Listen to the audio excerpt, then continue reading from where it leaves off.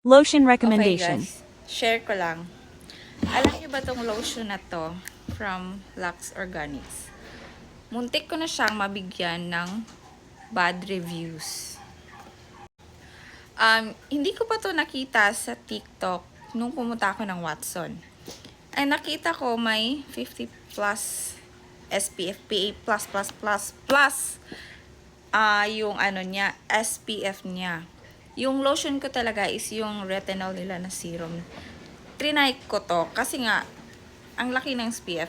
Yung retinol, panggabi lang naman yun. So, at hindi ko rin alam na may instant whitening effect pala tong lotion na to. So, ang nangyari, first try ko pa lang, nagtataka ako, bakit parang kulay gray yung skin ko.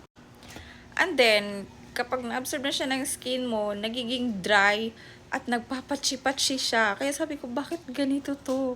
Kaya muntik na akong makapagbigay ng bad reviews dito. Pero ang problema pala ay hindi dito, kundi sa skin ko mismo. Hindi pala ako nag-exfoliate. Kaya ang nangyayari, para siyang nagiging mapa pag nagiging dry. Kaya nung time na yung pumunta ako ng DIY, pinagtitinginan ako ng mga tao. Kasi nga, alam ko na ang pangit-pangit ng itsura ng balat ko noon. Tsaka, bago pa siya ma-resolve, bago naging maganda ang lapat nito, ginamit ko muna to. Bagong bili ko pa to, like, 1 week ko pala tong ginagamit. Eto, ibibigay ko na sana to sa kaibigan ko. Pero binigyan ko pa rin to ng pagkakataon. Kasi, pagkatapos mo tong gamitin, nagiging smooth yung skin mo. And naisip ko, baka kulang lang yung exfoliation ko. Hindi ako nag-exfoliate. Kaya siguro ganun. So yun nga, tama nga. Tingnan nyo, naglagay na ako nito. Hindi na kulay gray yung skin ko. Wala na siyang patsi-patsi. Ulitin ko ha. Maglalagay tayo ulit.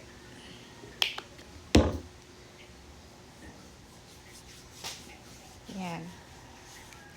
Hindi ganito to dati. Sobrang hirap niyang i-blend. Parang may mga skin ako na hindi ko alam, parang butlig-butlig na ganun. Hindi na siya patsi-patsi, maganda na siya. Hindi to ganito dati. Sorry, Lux Organics, muntik ko pa kayo mabigyan ng bad reviews. Actually, maganda siya.